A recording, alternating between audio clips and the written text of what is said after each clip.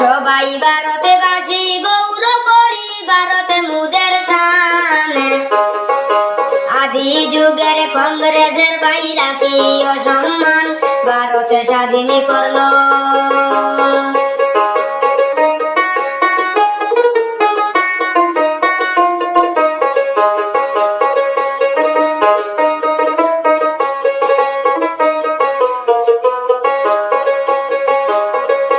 ভারতে স্বাধীন করলো দেশ চালাইলো কংগ্রেস দল আসিয়া।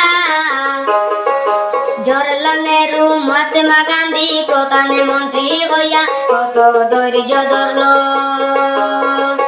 কত ধৈর্য ধরলো দেশ চালাইলো যুদ্ধ করিয়া।